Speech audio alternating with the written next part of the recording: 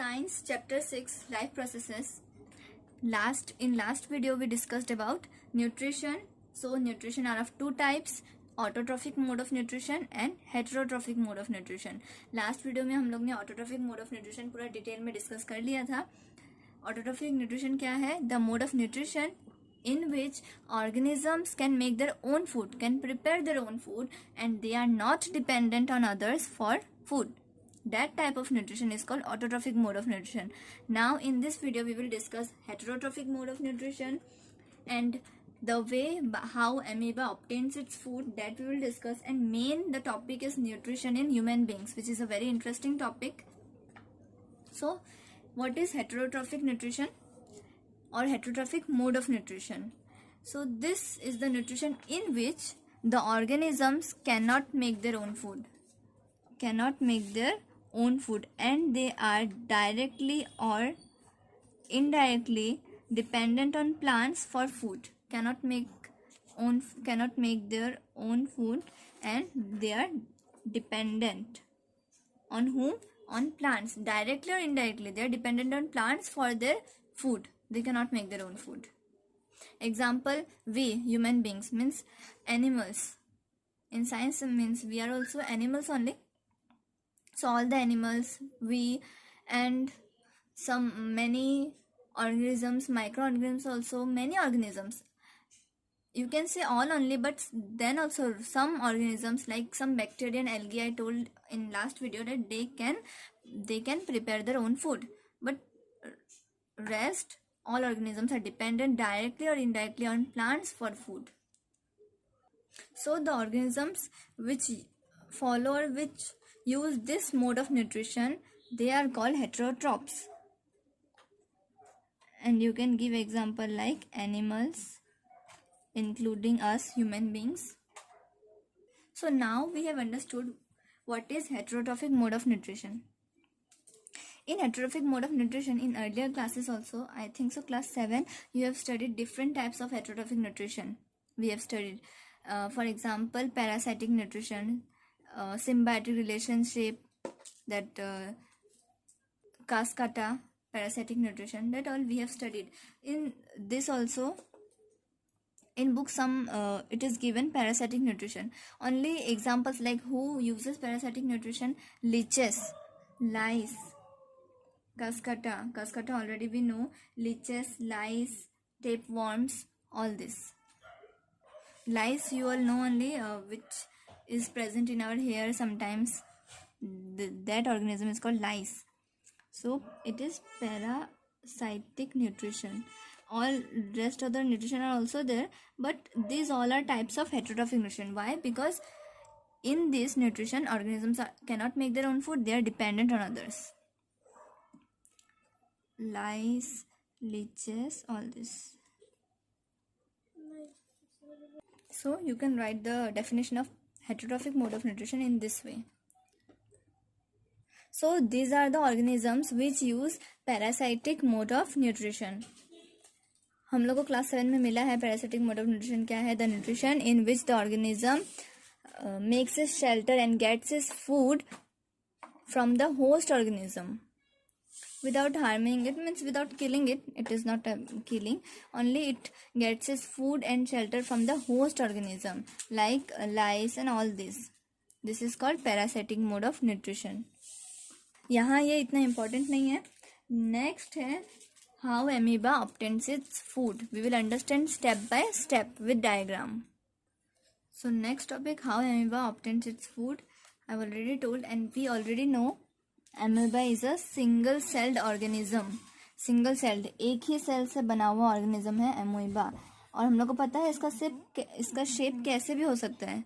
इसका कोई एक डेफिनेट शेप नहीं है. It does not have a definite और a fixed shape. Its shape changes, और इसका कोई शेप नहीं. हम लोग इसको कैसे भी ड्रॉ कर सकते हैं. तो this is amoeba, this is nucleus, and you all know this is single celled organism. Single celled है ये. और हम लोग को ये प्रीवियस क्लासेस में मिल चुका है कि amoeba अपना फूड कैसे ऑब्टेन करता है, पर फिर हम लोग अभी डिस्कस करेंगे. amoeba है, ये न्यूक्लियस है. So when the food suppose this is food, ये फूड है। जब इसके आसपास कोई खाना आता है, इसका खाना छोटा छोटा माइक्रो ऑर्गेनिज्म दिस आर, तो जब कोई खाना इसके आसपास आता है तब ये क्या करता है, दिस अमोइबा, ये दो फॉल्स फिट जनरेट करती है, दो फॉल्स फिट बनता है। This are called pseudopodia. This P silent, pseudopodia और फॉल्स फिट पहले नहीं था, लेकिन जैसे ये फूड आया तब ये चीज़ ऐसे बन गया कि जो ये फूड है इसका बीच में, ये बीच में आ जाए, तो this are false feet pseudopodia. इसके बाद ये वापस वो सूडोपोडिया को बंद कर लेता है, तो फूड अंदर आ जाता है।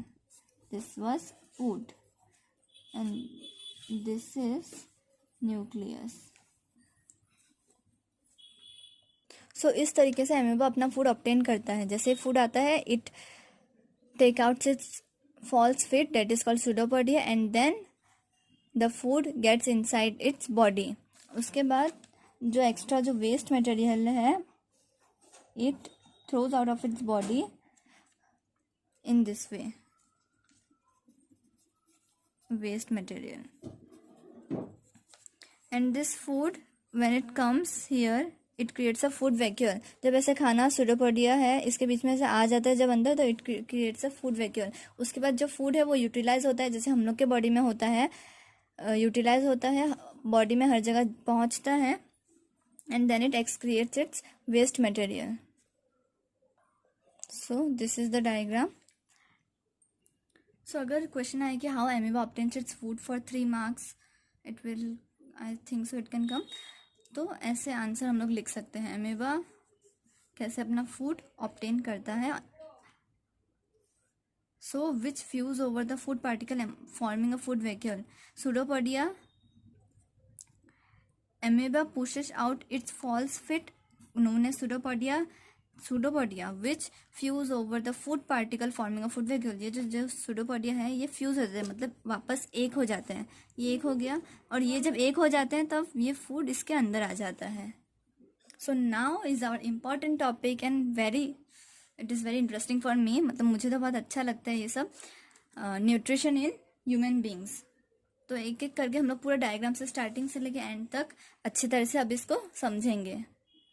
सो nutrition in human beings, when we eat something, जब हम लोग कुछ खाते हैं वहाँ से तब हम लोग के मुंह में, जब हम लोग के सामने कोई टेस्टी खाना रहता है, टेस्टी फूड, तो हम लोग के मुंह में पानी आ जाता है, तो that is not actually water, वो वाटर नहीं है, it is called saliva, SALIVA, saliva. तो जब हम लोग कुछ खाते हैं हम लोग के मुंह में सलाइवा आता है, सलाइवा सिक्रेट होता है, कहाँ से, सलाइवरी ग्लैंड से, सलाइवरी ग्लैंड से सलाइवा सिक्रेट होता है।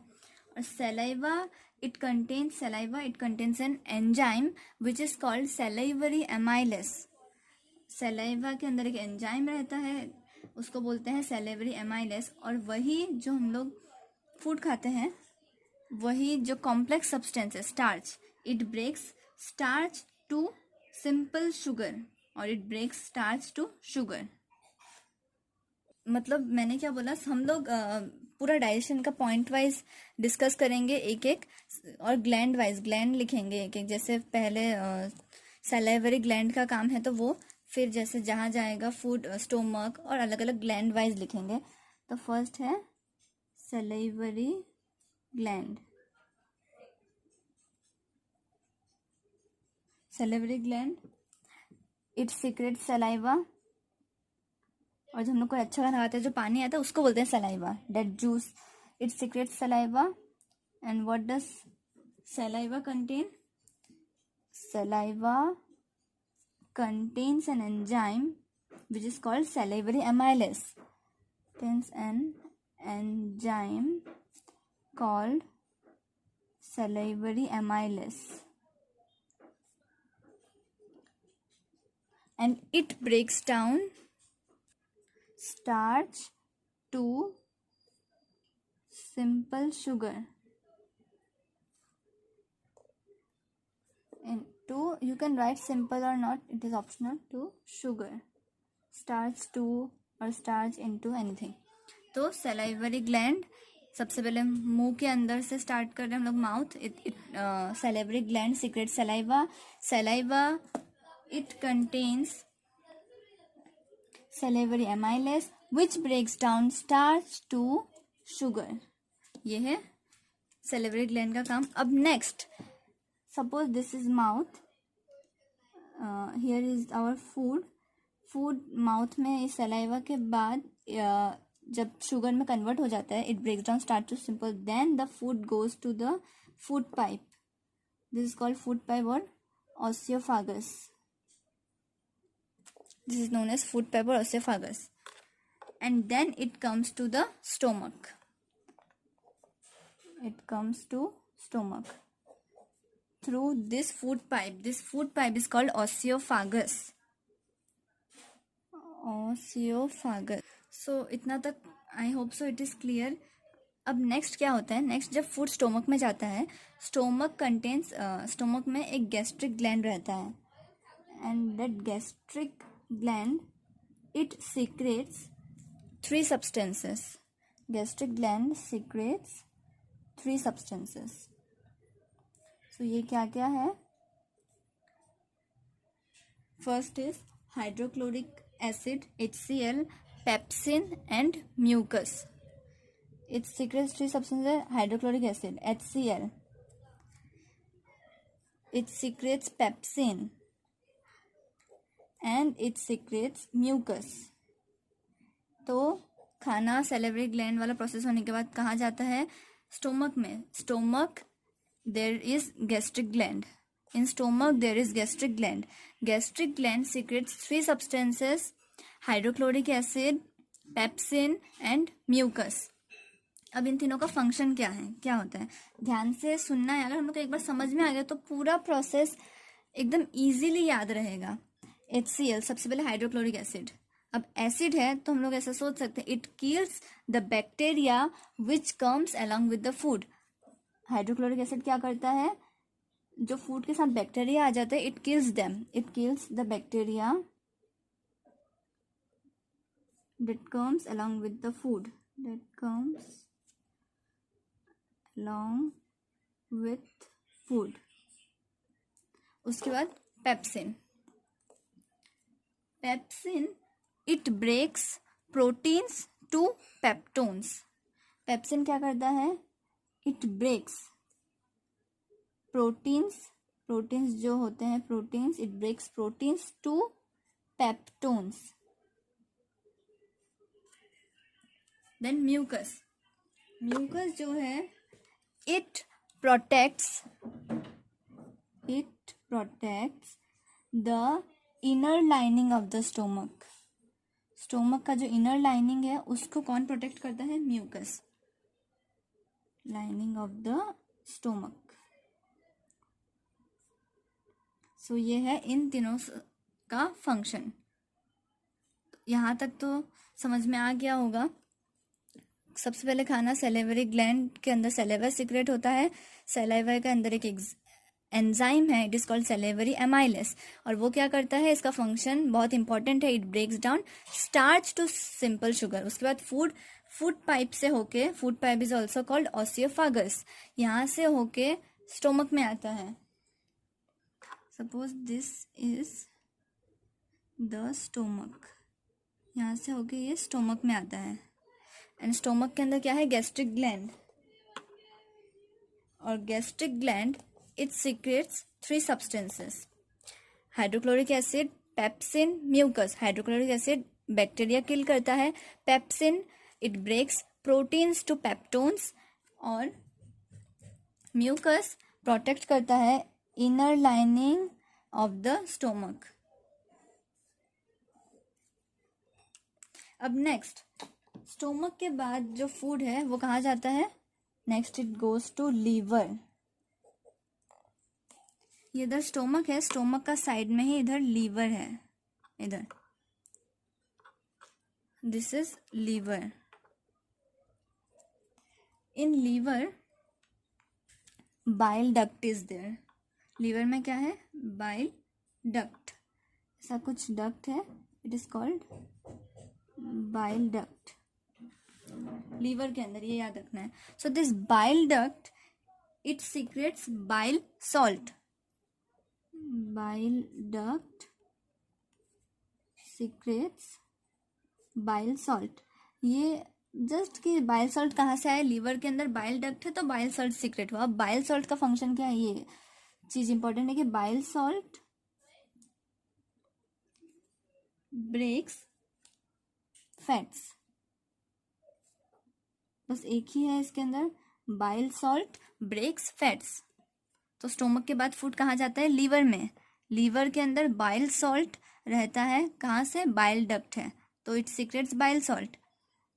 तो लीवर के अंदर bile salt breaks fats, it breaks fat. Now then the food goes to pancreas.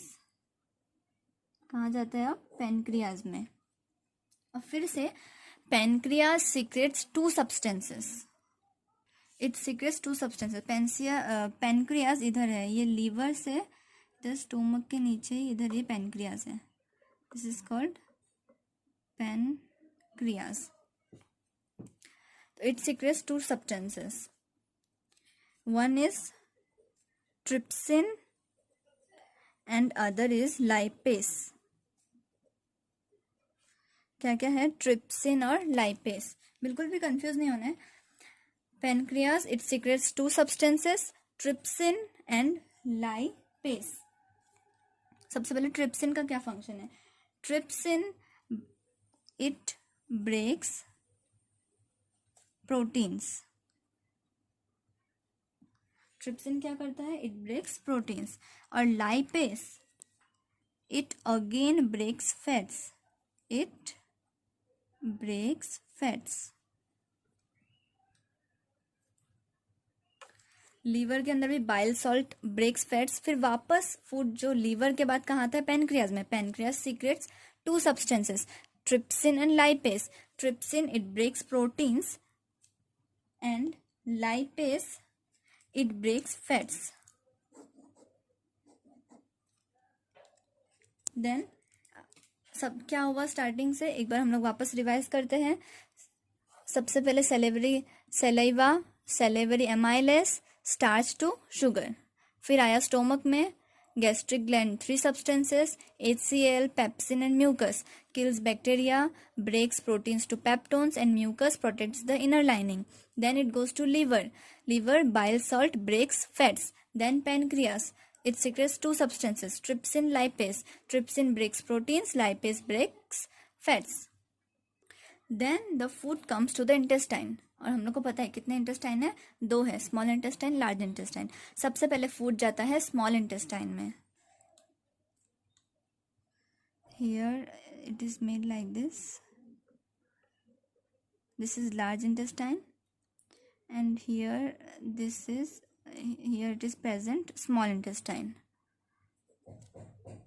Main thing है बस समझना. अगर एक बार ये प्रोसेस समझ में आ गया तो बस आराम से एकदम पूरा एक बार में ही लर्न हो जाएगा. लर्न करने का ज़रूरत ही नहीं है अगर समझ में आ गया तो then after pancreas the food, ये पेनक्रियाज है, food goes to small intestine.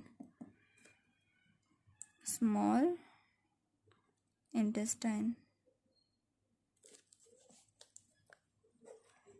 So now small intestine, it contains some finger-like projections. It contains some finger-like projections called villi.